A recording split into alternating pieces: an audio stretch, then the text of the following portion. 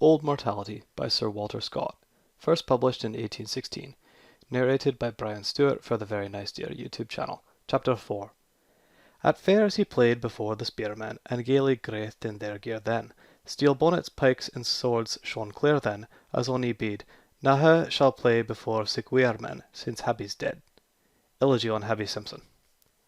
The cavalcade of horsemen on the road to the little borough town were preceded by Neil Blaine, the town piper, mounted on his white Galloway, armed with his dirk and broadsword, and bearing a chanter streaming with as many ribbons as would deck out 6 country bells for a fair or preaching.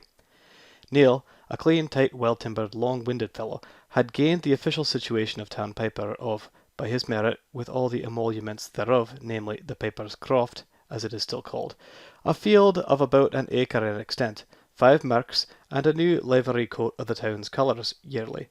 Some hopes of $1 upon the day of the election of magistrates, providing the provost were able and willing to afford such a gratuity, and the privilege of paying, at all the respectable houses in the neighbourhood, an annual visit at springtime, to rejoice their hearts with his music, to comfort his own with their ale and brandy, and to beg from each a modicum of seed corn. In addition to these inestimable advantages, Neil's personal or professional accomplishments won the heart of a jolly widow, who then kept the principal change house in the borough. Her former husband having been a strict Presbyterian, of such note that he usually went among his sect by the name of Gaius the Publican, many of the more rigid were scandalized by the profession of the successor whom his relict had chosen to be a second helpmate. As the prost, or brewing, of the Howff retained, nevertheless, its unrivalled reputation, most of the old customers continued to give it a preference. The character of the new landlord, indeed, was of that accommodating kind which enabled him, by close attention to the helm, to keep his little vessel pretty steady amid the contending tides of faction. He was a good-humoured, shrewd, selfish sort of fellow, indifferent alike to the disputes about church and states, and only anxious to secure the goodwill of customers of every description. But his character, as well as the state of the country, will best be understood by giving the reader an account of the instructions which he issued to his daughter, a girl of about 18, whom he was initiating in those cares which had been faithfully discharged by his wife, until about 6 months before our story commences, when the honest woman had been carried to the kirkyard.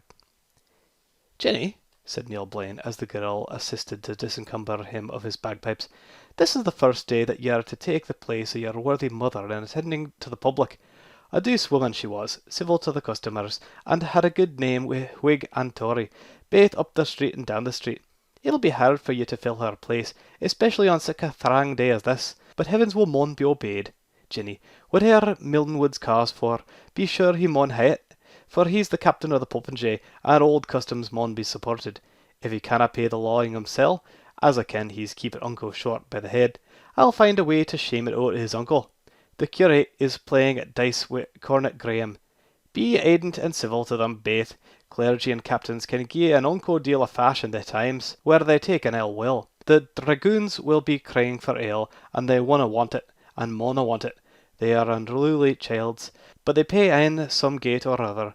I got the Hummel cow, that's the best in the byre, fra Black Frank Inglis and Sergeant Bothwell for £10 Scots, and they drank out the price at a down-sitting." "But, father," interrupted Jinny, "they say the 2 reviving loons drave the cow fra the goodwife of Bell's Moor, just because she gaed to hear a field preaching a Sabbath afternoon."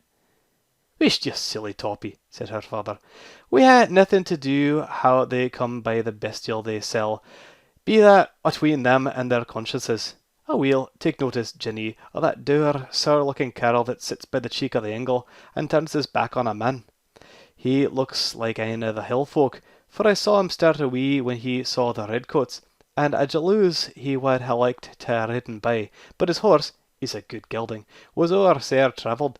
He behoved to stop whether he wad or no. Serve him cannily, Jinny, and wi' little din, and dinna bring the soldiers on him by speerin' ony questions at him, but let na him ha' room to himself. They would say we were hiding him. For yoursel, Jinny, ye'll be civil to all the folk, and take nae heed o' ony nonsense and daffin the young lads may say to ye. Folk in the hostler line maun put up wi' muckle. Your mither, rest her soul, could put up wi' a muckle as a maist women. But half hands is fair play. If onybody be uncivil, ye may give me a cry. Aweel, When the malt begins to get aboon the meal, they'll begin to speak about government and kirk and state, and then, Jenny, they're like to quarrel. Let them be doing, anger's a droughty passion, and the mair they dispute, the mair ale they'll drink. But ye were best serve them with a pint of the sma prost. It will heat them less, and they'll never ken the difference.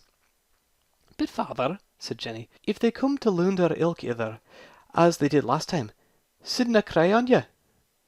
At no hand, Jenny. The rarer it gets aye, the worst like in the fray.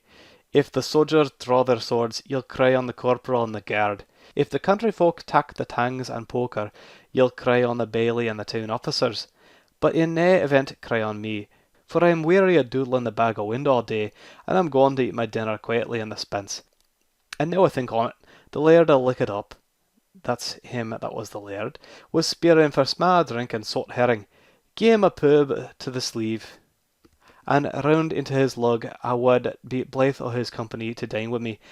He was a good customer ains in the day, and wants naething but means to be a good ane again. He likes drink as weel as e'er he did, and if you ken ony poor body o' our acquaintance that's blate for want o' siller, and has far to gang hame, ye needna stick to gie them a wat o' drink and a bannock. We'll ne'er mist, and it looks creditable in a house like ours. And now, hinny, gang away, and serve the folk, but first bring me my dinner, and 2 chappins o' ale, and the muchkin stoup o' brandy. Having thus devolved his whole cares on Jenny as Prime Minister, Neil Blaine and the ci devant laird, once his patron, but now glad to be his trencher companion, sat down to enjoy themselves for the remainder of the evening, remote from the bustle of the public room. All in Jenny's department was in full activity. The knights of the popinjay received and requited the hospitable entertainment of their captain, who, though he spared the cup himself, took care it should go round with due celerity among the rest, who might not have otherwise deemed themselves handsomely treated. Their numbers melted away by degrees, and were at length diminished to 4 or 5, who began to talk of breaking up their party. At another table, at some distance, sat 2 of the dragoons whom Neil Blaine had mentioned, a sergeant and a private in the celebrated John Graham of Claverhouse's regiment of Life Guards. Even the non-commissioned officers and privates in these cups were not considered as ordinary mercenaries, but rather approached to the rank of the French mousquetaires, being regarded in the light of cadets, who performed the duties of rank and file with the prospect of obtaining commissions in the case of distinguishing themselves. Many young men of good families were found in the ranks, a circumstance which added to the pride and self-consequence of the troops. A remarkable instance of this occurred in the person of the non-commissioned officer in question. His real name was Francis Stuart, but he was universally known by the appellation of Bothwell, being lineally descended from the last earl of that name, not the infamous lover of the unfortunate Queen Mary, but Francis Stuart, Earl of Bothwell, whose turbulence and repeated conspiracies embarrassed the early part of James' sixth reign, and who at length died in exile in great poverty. The son of this earl had sued Charles I for the restitution of part of his father's forfeited estates, but the grasp of the nobles to whom they had been allotted was too tenacious to be unclenched. The breaking out of the civil wars utterly ruined him by intercepting a small pension which Charles I had allowed him, and he died in the utmost indigence. His son, after having served as a soldier abroad and in Britain, and passed through several vicissitudes of fortune, was fain to content himself with the situation of a non-commissioned officer in the Life Guards, although lineally descended from the royal family, the father of the forfeited Earl of Bothwell having been a natural son of James VI. Note: Sergeant Bothwell, the history of the relentless and ambitious Francis Stuart, Earl of Bothwell, makes a considerable figure in the reign of James VI of Scotland and First of England. After being repeatedly pardoned for acts of treason, he was at length obliged to retire abroad, where he died in great misery. Great part of his forfeited estate was bestowed on Walter Scott, the first Lord of Buccleuch, and on the first Earl of Roxburgh. Francis Stuart, son of the forfeited Earl, obtained from the favour of Charles I a decreet arbitral, appointing the 2 noblemen grantees of his father's estate, to restore the same, or make some compensation for retaining it. The barony of Crichton, with its beautiful castle, was surrendered by the curators of Francis, Earl of Buccleuch, but he retained the far more extensive property in Lyndsay. James Stuart also, as appears from the writings of the author's possession, made an advantageous composition with the Earl of Roxburgh. But, says the satirical Scott Starvett, male parta pages dilla buntura, for he never brook them, enjoyed them, nor was anything the richer, since they accused his creditors and are now in the possession of Dr. Seaton. His eldest son Francis became a trooper in the late war. As for the other brother John, who was Abbot of Coldingham, he also disposed all that estate, and now has nothing, but lives on the charity of his friends. The Staggering State of the Scots Statesmen for 100 Years, by Sir John Scott of Scottstar, Edinburgh, 1754, page 154. Francis Stuart, who had been a trooper during the Great Civil War, seemed to have retained no preferment after the Restoration. Suited to his high birth, though in fact third cousin to Charles II, Captain Crichton, the friend of Dean Swift, who published his memoirs, found him a private gentleman in the King's Life Guards. At the same time, this was no degrading condition, for Fountain Hall records a duel fought between a Life Guardsman and an officer in the militia, because the latter had taken upon him to assume superior rank as the officer. To a gentleman private in the Life Guards, the Life Guards man was killed in the wrong court, and his antagonist was executed for murder. The character of Bothwell, except in relation to the name, is entirely ideal.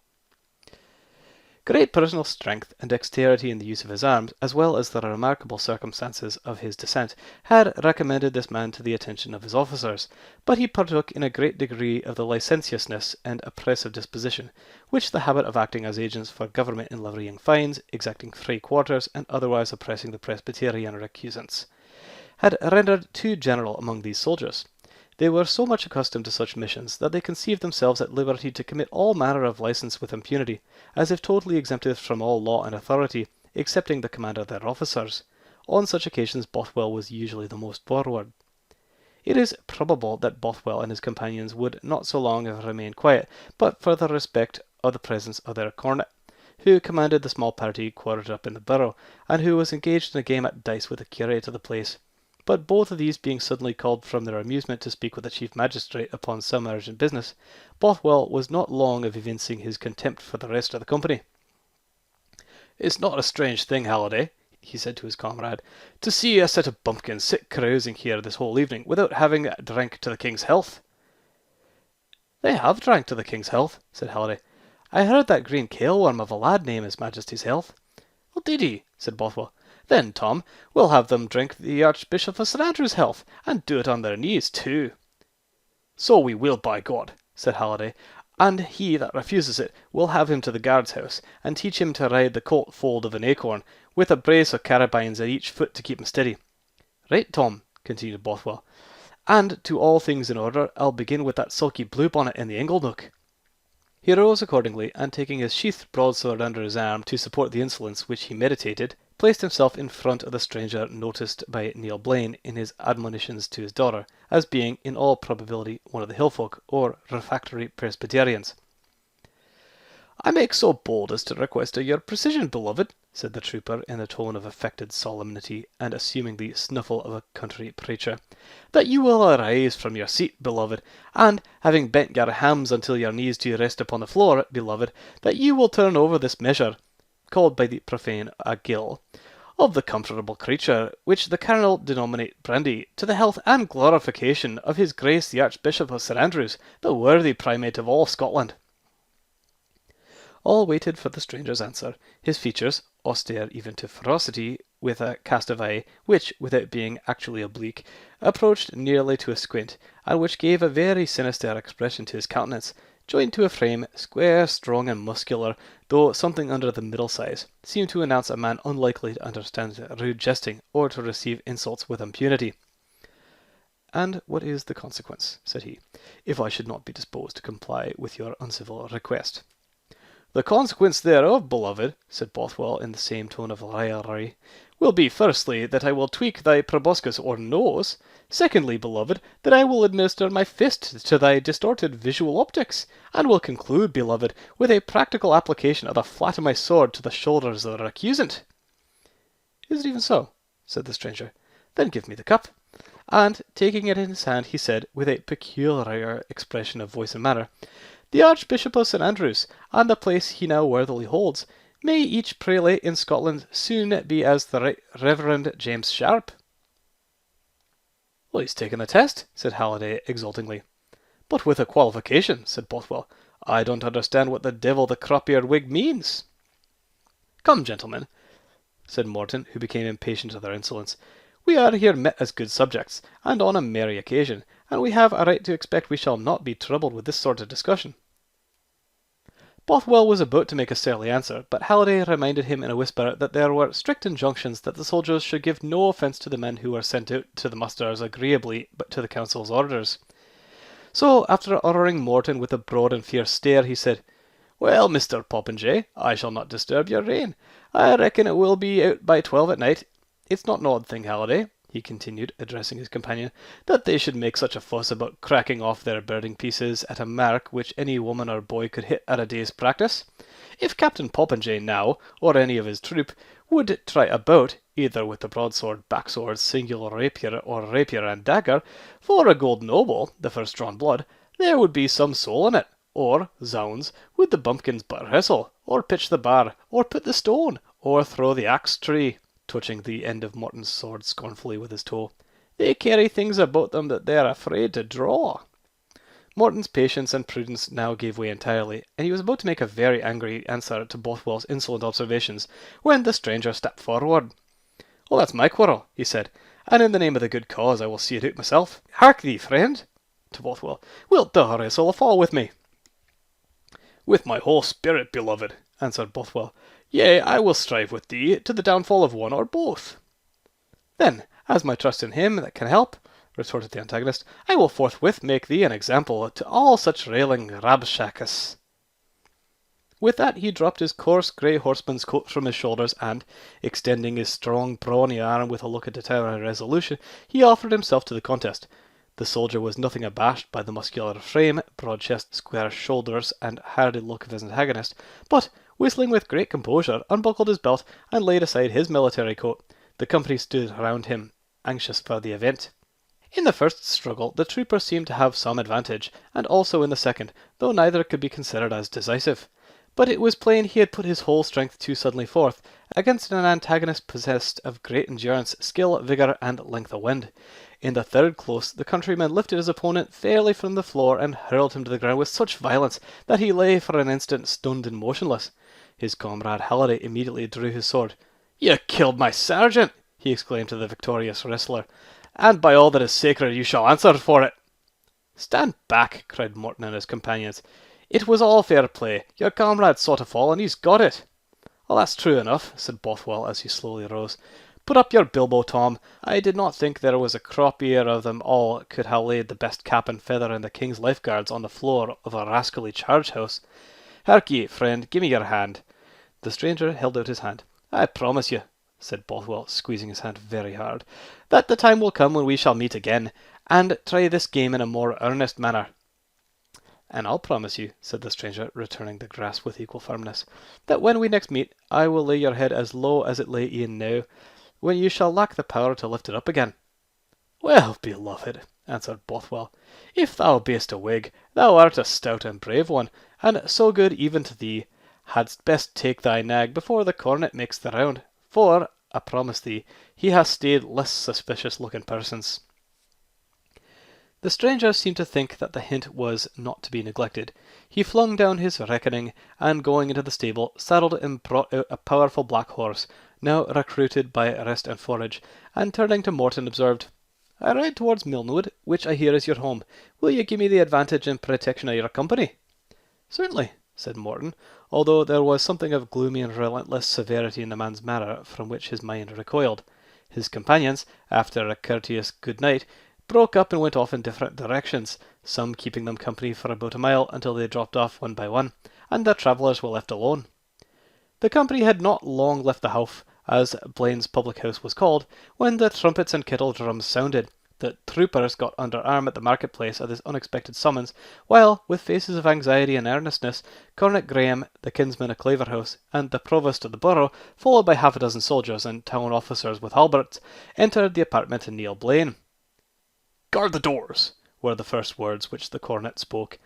"Let no man leave the house. So, Bothwell, how comes this? Did ye not hear them soon boot and saddle?" "He was just going to his quarters, sir," said his comrade. "He's had a bad fall." "In a fray, I suppose," said Graham. "If ye neglect duty in this way, your royal blood will hardly protect you." "Have I neglected duty?" said Bothwell sulkily. "Ye should have been at quarters, Sergeant Bothwell," replied the officer. "Ye have lost a golden opportunity. Here our news come that the Archbishop of St Andrews has been strangely and foully assassinated by a body of rebel Whigs, who pursued and stopped his carriage on Magus Muir, near the town of St Andrews, dragged him out and dispatched him with their swords and daggers. Note, the general account of this act of assassination is to be found in all histories of the period. A more particular narrative may be found in the words of one of the actors, James Russell, in the Appendix to Kirkton's History of the Church of Scotland, published by Charles Kirkpatrick Sharp, Esquire, Edinburgh, 1817. All stood aghast at the intelligence. Here are their descriptions, continued the cornet, pulling out a proclamation. The reward of 1,000 marks is on each of their heads. The test and the qualification, said Bothwell to Halliday. I know the meaning now. Zounds, that we should not have stopped him. Go saddle our horses, Halliday. Was there one of the men, cornet, very stout and square-made, double-chested, thin on the flanks, hawk-nosed? Stay, said Cornet Graham. Let me look at the paper. Haxton a Raithlet, tall, thin, black-haired. Well, that's not my man, said Bothwell. John Balfour, called Burley. Aquiline nose, red hair, 5 feet 8 inches in height. It is he, the very man, said Bothwell. Skilly's fearfully with one eye. Right, continued Graham. Rode a strong black horse, taken from the primate at the time of the murder. The very man, exclaimed Bothwell, and the very horse. He was in the room not a quarter of an hour since. A few hasty inquiries tended still more to confirm the opinion that the reserved and stern stranger was Balfour of Burley, the actual commander of the band of assassins, who, in the fury of misguided zeal, had murdered the primate, whom they accidentally met as they were searching for another person against whom they bore enmity. Note: one Carmichael, Sheriff Depute in Fife, who had been active in enforcing the penal measures against nonconformists. He was on the moors hunting, but received accidental information that a party was out in quest of him. He returned home and escaped the fate designed for him, which befell his patron the Archbishop. In their excited imagination, the casual rencontre had the appearance of a providential interference, and they put to death the Archbishop, with circumstances of great and cold-blooded cruelty, under the belief that the Lord, as they expressed it, had delivered him into their hands. Horse, and pursue, my lads, exclaimed Cornet Graham. The murdering dog's head is worth its weight in gold. Note: murderers of Archbishop Sharp. The leader of this party was David Haxton of Rathlet, a gentleman of ancient birth and good estate. He had been profligate in his younger days, but having been led from curiosity to attend the conventicles of the non-conforming clergy, he adopted their principles in the fullest extent. It appears that Haxton had some personal quarrel with the Archbishop Sharp, which induced him to decline the command of the party when the slaughter was determined upon, fearing his acceptance might be ascribed to motives of personal enmity. He felt himself free and conscious, however, to be present, and when the Archbishop, dragged from his carriage, crawled toward him on his knees for protection, he replied coldly, Sir, I will never lay a finger on you. It is remarkable that Haxton, as well as a shepherd who was also present but passive on the occasion, were the only two of the party of assassins who suffered death by the hands of the executioner. On Haxton refusing the command, it was by universal suffrage conferred on John Balfour of Kinloch, called Burley, who was Haxton's brother-in-law. He is described as a little man, squint-eyed, and of very fierce aspect. He was, adds the same author, by some reckoned none of the most religious, yet he was always reckoned zealous and honest-hearted, courageous in every enterprise, and a brave soldier, seldom any escaping that came into his hands. He was the principal actor in killing that arch-traitor to the Lord and his church, James Sharp. See Scottish Worthies, 8th volume, Leith, 1816, page 522.